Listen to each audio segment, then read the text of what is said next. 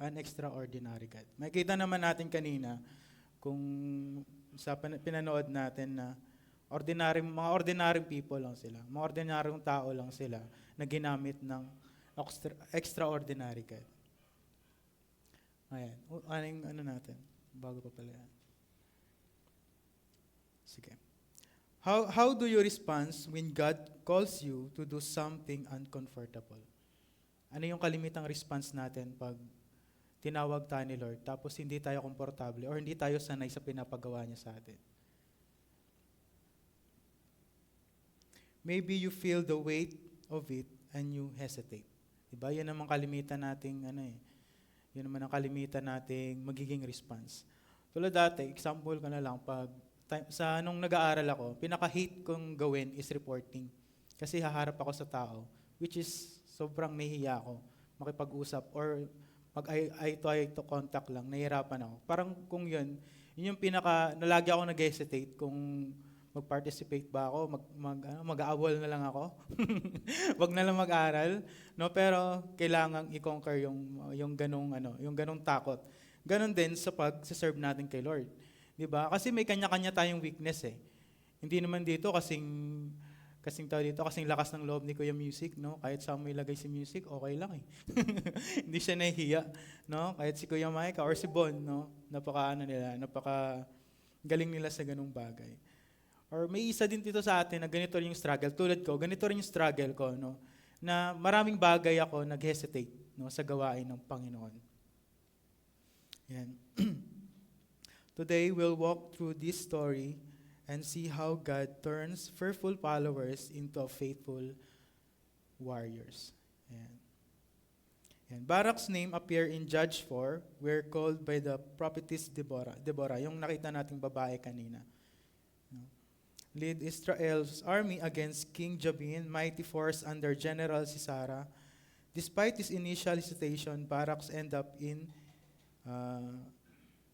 Faith Hall of Fame. Yan, babasa natin mamaya or pag-aaralan natin mamaya sa Hebrews.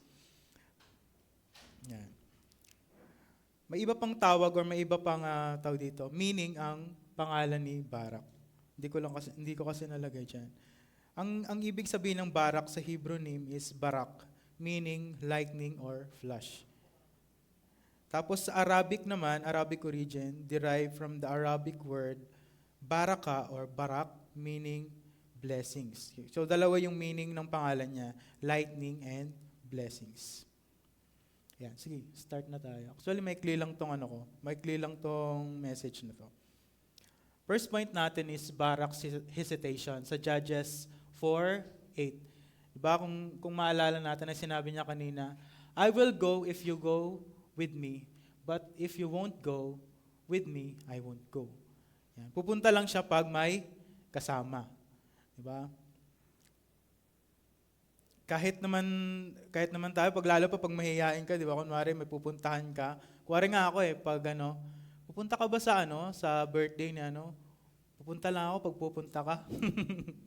No? Parang kailangan mo lagi ng may chaperon or laging may kaibigan na kasama para lumakas yung loob mo. Di ba ganun tayo? Naghahanap tayo ng pwede nating, ano man tawag yan? Parang pag may partner ka o may best friend ka na parang panghuhugutan mo ng lakas, dadalhin natin siya, di ba? Para pumunta tayo. Dito naman, si Deborah naman yung kanyang gustong makasama. Yan. This was his faithful fumble. Instead of stepping out immediately, bold confidence, Barak hesitated. No? He was only willing to obey God, direct command if he could do it on his own. He wanted to be in charge, but it just doesn't work that way with God. Yan. Yan. Hindi tayo ang masusunod, kundi ang kalooban ng Diyos. Yan.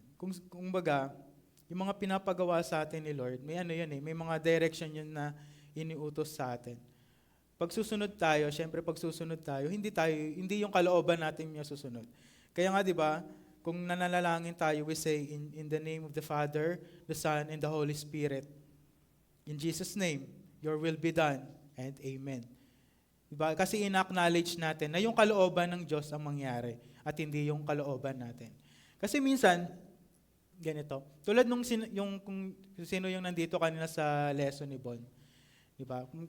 Kung hindi tayo nag-ask kay Lord kung ano yung specific na kailangan natin sa isang bagay or specific na pinagpipray natin, anong tendency?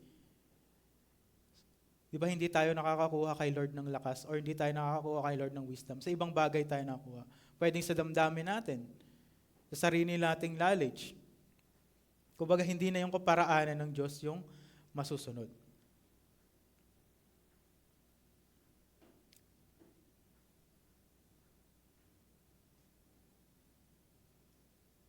Yan. Kaya mahirap pag nag-hesitate tayo. Kasi marami tayong pwedeng maging, maging dahilan na para hindi yun mangyari, hindi yun masunod. At hindi natin gawin. Diba? Ang sabi nga, kung gusto, maraming paraan. Pag ayaw, maraming dahilan. Mas maraming dahilan. Diba? Pero things to consider natin. We often judge Barak for this hesitation, but we must look at the reality of the situation. He is facing the formidable military machine with foot soldier against iron chariot. Yan. Kung titignan din naman natin, hindi naman natin agad parang masisisi si si Barak nag-hesitate, si Lord na nga yung nagutos sa kanya. Pero kung iisipin mo, kasi sila, tawag dito, hindi naman sila born na warrior or soldier. Mga ordinaryong tao lang sila. Tapos yung kalaban nila, di ba, kung papapansin natin kanina, yung mga karwahe nila parang bakal. Kung kumpara natin sa panahon ngayon, para silang nakatangke. Yan. Katulad, kunwari tayo, para tayo may mga may mga tirador lang tayo, tapos yung kalaban natin, nakatangke. Hindi ka ba magdadalawang isip? Di ba? Parang ka doon, parang nagpakamatay ka. Tulad ng sinabi kanina, para ka lang nagpakamatay. Yan. The struggle, like Barak, we often let the size of opponent, si Sarah's chariot, paralyze our faith. We demand guarantees or rely on human support instead of God's word. Ayun naman yung hindi magandang bagay na minsan dahil sa laki nung hindrance na kinakaharap or nakikita natin, hindi nakikita na mas malaki pala yung Diyos na nakasupport sa atin. Kasi minsan nakikita lang natin nasa harap, din natin nakikita yung support ni Lord, na beyond doon sa kinakaharap nating problema. Yan. Question to ponder. What makes you hesitate to do God's will? Yan. Isipin natin, ano ba yung mga bagay na nag-hesitate sa'yo para gawin ang kalooban ng Diyos? Tulad ko, mahiyain. Yun isang nag-hindrance sa akin. Mas nagkikare ako kung anong sasabihin ng ibang tao. Tapos nag-imagine ako kung anong sasabihin nila. Parang alam mo yun, pag ka kasi, introvert ba yun? Pag mahihain. Yung parang ganon, parang hindi naman nila, hindi naman nila iniisip, pero ako yung nag-iisip para sa kanila. Yun yung yun yung problema ko sa isip tsaka sa puso ko. Na kailangan kong palaging ipag-pray kay Lord. Kayo, ano yung mga nag-hindrance sa inyo para gawin yung kalooban ng Diyos? Yung katamaran. Pwede. Ano pa? Kapag mahirap. Sige, ano pa? Takot. Katamaran, takot, bigat or hirap. Ano pa?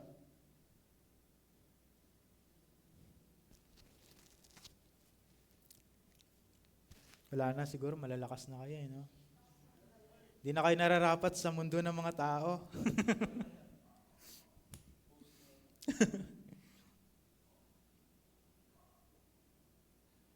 Yan.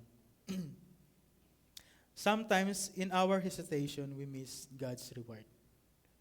Ako naniniwala ako dito kasi maraming bagay na pwede mo gawin yung kalooban ng Diyos. Kunwari, mag-share ka ng gospel.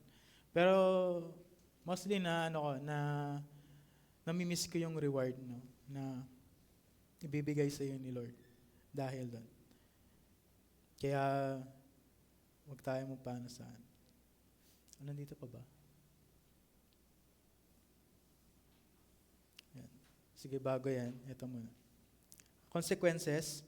Because of his hesitation, Barak forfeited a measure of his glory Deborah prophesied that the ultimate honor of defeating the enemy army would go to a woman, Jael, rather rather than him.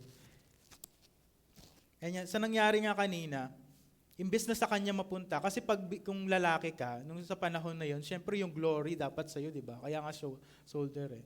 Kumbaga, wala namang babae noon na wala namang babae noon na sundalo, puro lalaki. At di ba yung nangyari, si Deborah, di ba, babae naman siya, dapat niya wala siya dun sa digmaan. Pero nandun siya kasi kailangan siya ni Barak, no? Kasi siya yung lakas niya eh. Parang talaga, no? Pag babae, lakas na lalaki. Galing, ah. Totoo ba yun? Ayan. Parang din, kasi din to eh, pag madalas kasi ako manood ng mga yung mga anime or movie na mga kingdom. 'Di ba pag nakakapatay yung same na kung wari makapatay ka ng commander ng isa, yan, yung pangalan mo mare-recognize. Kakalat 'yon. Kunwari, Kingdom ba 'yon? Basta may panood akong animation na Kingdom eh. Tapos yung pangalan mo, si commander ganito pinatay ni ganyan, yung pangalan niya kakalat 'yon sa iba-ibang kaharian.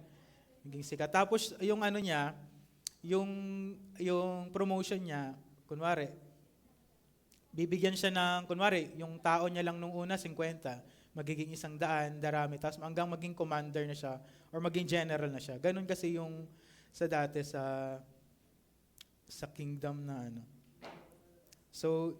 So yun, dahil sa hesitation ni Barak, na-miss niya yung reward or yung glory at napunta yung kay Jael or sa babae. Yan, lesson natin. Like Barak, our initial response to God's calling is often filled with fear and desire for a security blanket. In his case, Deborah's physical presence. Yet God patiently meet him exactly where he was. No? Si God, hindi naman siya yung matampuhin. No? Sige, ayaw mo, di wag. No? Pero pinakita ni Lord na despite sa hesitation ni pinakita niya na nagtitiwala pa rin si Lord. Ginamit niya pa rin si Barak. Yan. Number 2 na tayo. Barak's obedience through faith. Ay, hindi ko nasulat. Ayan. And Barak called out Zebulun and Naphtali to Kedesh, and 10,000 men went up to his hills, and Deborah went up to him. Yan. Despite sa unang response niya, nag-hesitate siya, pero in the end, nag-obey siya. Yan. Despite hesitations, Barak ultimately obeyed. He mobilized the troops from Zebulun and Naphtali, followed Deborah to the battlefield, and trusted God's promises that he would draw Sisera's army to Kishon River. And God delivered victory. 9,000 iron chariot and mighty army defeated. Yan. May tanong, nandito kaya yung tanong ko. Diba? Ay, hindi pala. Yan, may tanong ako dito. Do you agree that our obedience is not in vain if we trust God? Amen ba? Siguro hindi talaga. Ayan. Ako naniniwala ako dito, no?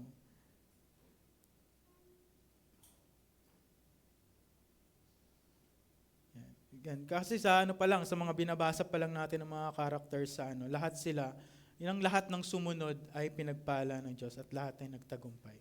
Wala pang hindi pinagtagumpay ang Diyos, no? Na sumunod sa kanyang kalooban. Yan. At makikita din, ay hindi, pala yan. Yan. What's the beauty of God? He will take the first step for us to step forward. Yan. Yun ang kagandahan sa ating Diyos na siya yung nagfe-first move. Sasabihin ko sana, siya yung nag-uunang nagfe-first move. Dalawa na pala yun. Siya yung unang siya yung nagpe-first move, no? Bago tayo. He will not abandon you. He chose us first before we chose Him back. He loved us first before He loved Him back. At lahat ng inuutos niya sa atin is doable. Naniniwala ba kayo doon na doable yung mga inuutos ni Lord? Sadyang may mga hindrance lang sa atin na pumipigil, kaya tingin natin imposible yung mga bagay-bagay. Yan.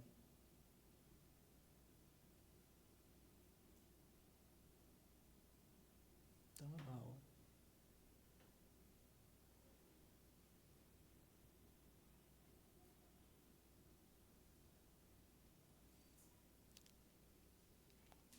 Wala, hindi ko nalagay. Sorry, hindi ko nalagay. Sige, lesson natin. Courage is not the absence of fear. It is choosing to obey God despite the fear. Barak's faith was activated when he took the first step. God doesn't demand perfect, unwavering faith from the start.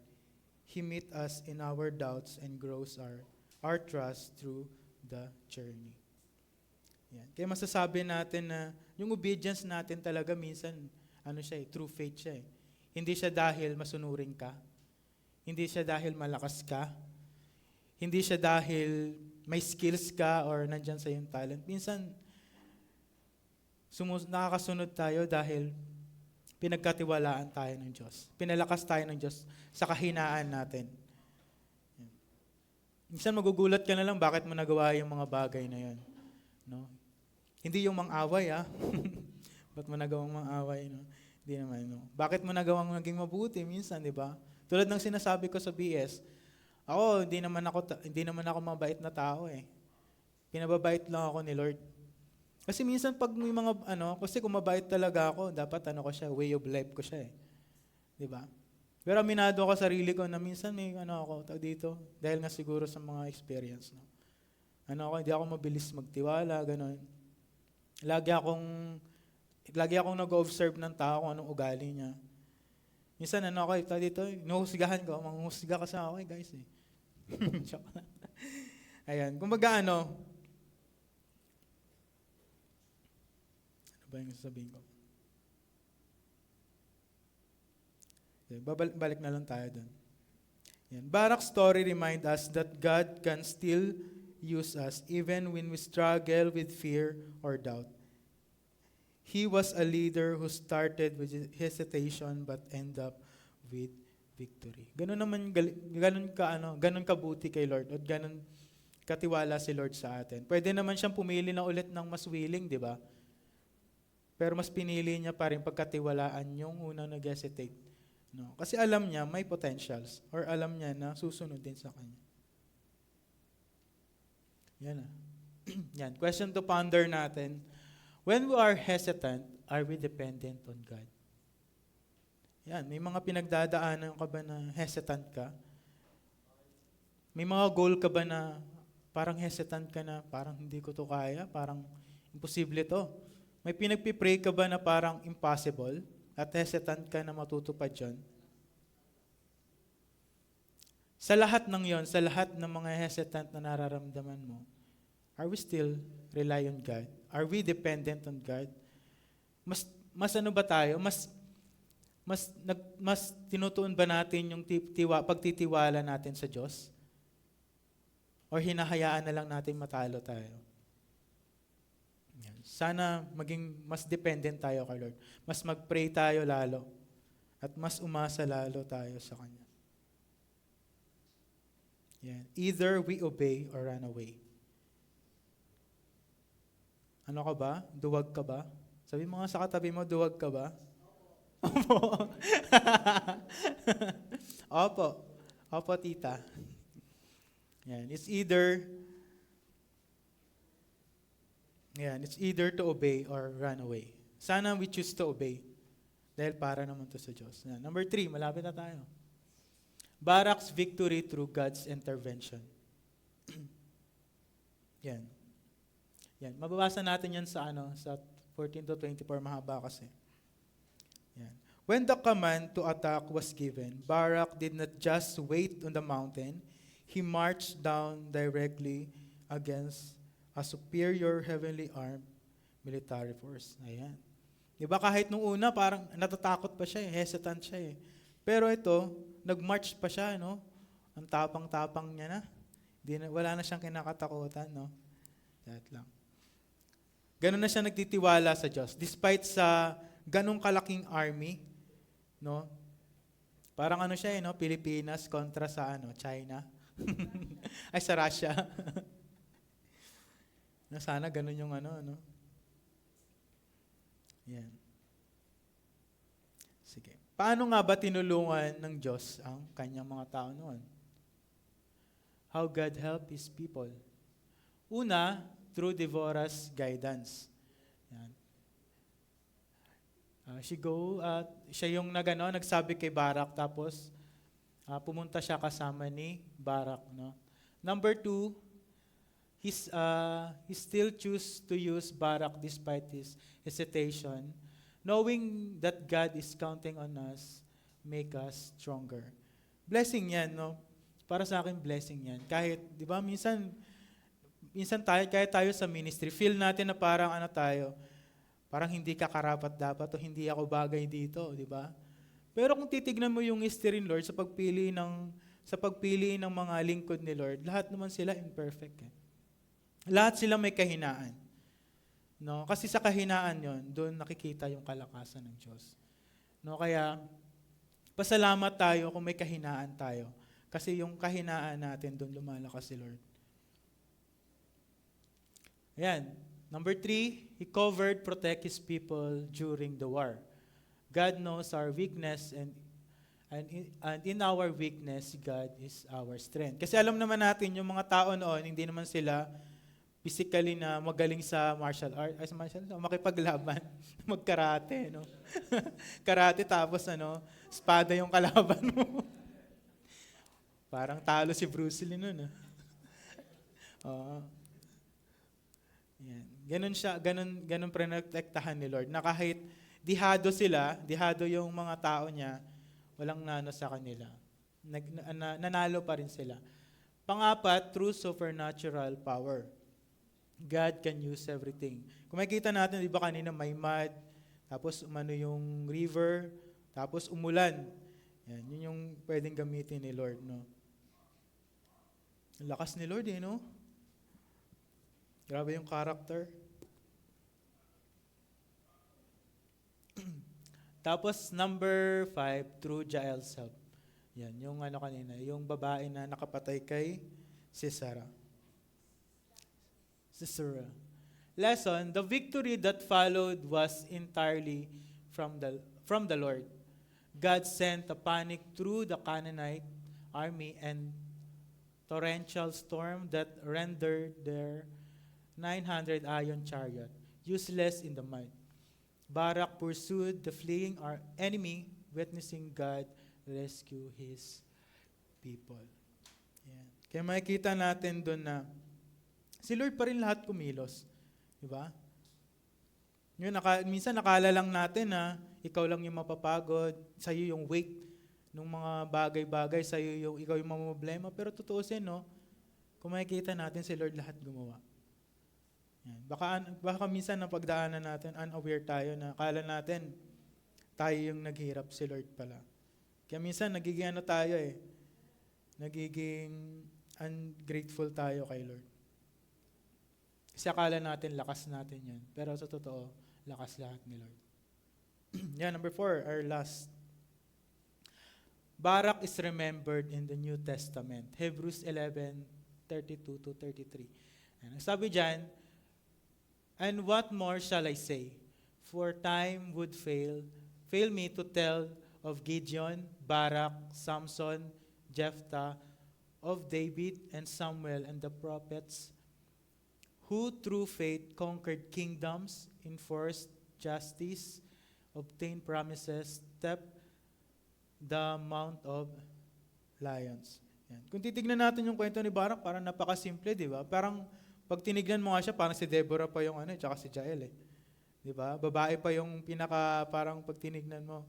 Pero, dito makikita natin na inano siya ni Lord, no? Nabanggit siya dito. Yan. Ito yung chapter na yan, yung base sa nabasa ko, parang tinatawag siya na Hall of Faith. Ayan. Yung tawag sa kanila ay Hall of Faith kasi nandun nga yung mga faithful na servant ni Lord. Yan. Kung sa Hollywood ay may Hall of Fame, sa Bible naman may Hall of Faith. No? Yan lesson, God remembers our victory of faith, not our early struggles with doubt. Yun ang kagandahan kay Lord, no? Hindi niya tinitignan yung nakaraan mo. Hindi niya tinitignan yung mga kasalanan mo. Hindi niya tinitignan yung pagdududa mo sa Kanya. Tinignan niya kung ano yung natapos mo or ano yung obedience na ginawa mo sa Kanya. Remembered ka niya. Kaya nga, lagi nating sinasabi yung our faith is not in vain kung tayo nagtitiwala sa Diyos. Our effort is not in vain kung tayo ay nag-obey kay Lord. Yun ang lagi nating tandaan. Ayan. Conclusion na tayo. Barak's story teaches us that God uses imperfect people, His ordinary people, in the hands of an extraordinary God. Today, will you choose faith over fear? Will you trust God's call even when it feels bigger than you? Pipiliin mo pa rin ba or tutugon ka ba sa tawag ng Diyos? Kahit parang mas malaki siya kaysa sa iyo? Will you step forward, even trembling, kahit nanginginig ka or natatakot ka? You don't have to be a superhero. You just have to say yes. Yung nga, sabay-sabay nga tayo. Yes. Yes, I do. And when you do, you'll discover God's fight for you. Last question to ponder natin. Pwede natin pag-usapan mamaya. What iron chariots are you facing today? Are you allowing the immensity of your problems to make you reluctant to move forward in faith? Sige, manalangin po tayo. Heavenly Father, we thank you for the lesson, Lord God, na binigay niyo sa amin, Panginoon. Tunay na maikli lang, Panginoon. Pero yung application, yung challenge, Panginoon, ay tunay na mahirap o mabigat, Panginoon. Ang sumunod sa iyo, Panginoon, tunay na nangangailangan ng malakas na pananampalataya, Panginoon. Ang pagsunod sa iyo, Panginoon, ay tunay nangangailangan ng tunay na pagmamahal sa iyo, Panginoon. Tunay na pagkilala at tunay na pag-acknowledge, Lord God, sa iyo lamang. Lord, unang-una sa lahat, nais namin humingi ng tawad sa mga pagkakataon na hesitant kami, Lord God. Sa mga panahon, Lord God, na we miss the opportunity to do your will, Lord God. Patawarin niyo kami, Panginoon, sa mga oras, Lord God, na binabaliwala ka namin, Lord God. Lord, patawarin mo kami sa mga pagkakataon, Lord God, na mas inuuna naming alagaan yung takot kaysa pananampalataya, Panginoon. We pray, Lord God, na sa oras na to, na mabuksan ng aming puso. Na hindi ka tumitingin sa aming hesitation, Lord God, but tumitingin ka sa puso na handa, Lord God, na sumunod sa iyo, Panginoon. Hindi ka tumitingin sa aming nakaraan, Lord God. Salamat. Na patuloy mo kaming binibigyan ng pag-asa sa kabila ng aming mga imperfections, Lord God. Binibigyan mo kami, pinagkakatiwalaan mo kaming gawin ang kalooban mo, Panginoon, kahit tingin namin na hindi kami karapat-dapat, Panginoon. And we say thank you, Lord God, sa kabila ng aming imperfections, ay ginagamit mo kami sa ministry, sa music, pag-share na yung salita, kung ano man Panginoong mga gawain na pwede kami makatulong, Lord God. Lord, dalangin namin na patuloy mo kami palaguin sa pananampalataya, na hindi maging hadlang yung hesitation or kung anumang mga iron chariots na meron kami na makakahadlang sa pag-obey namin sa iyo, Panginoon. At tunay nga, sa hapon na to, samahan nyo kami, bigyan nyo kami ng lakas at patuloy ka naming mahalin, Panginoon. Muli, So yung papuri at pagsamba sa Panginoon Jesus. Amen. Thank you guys.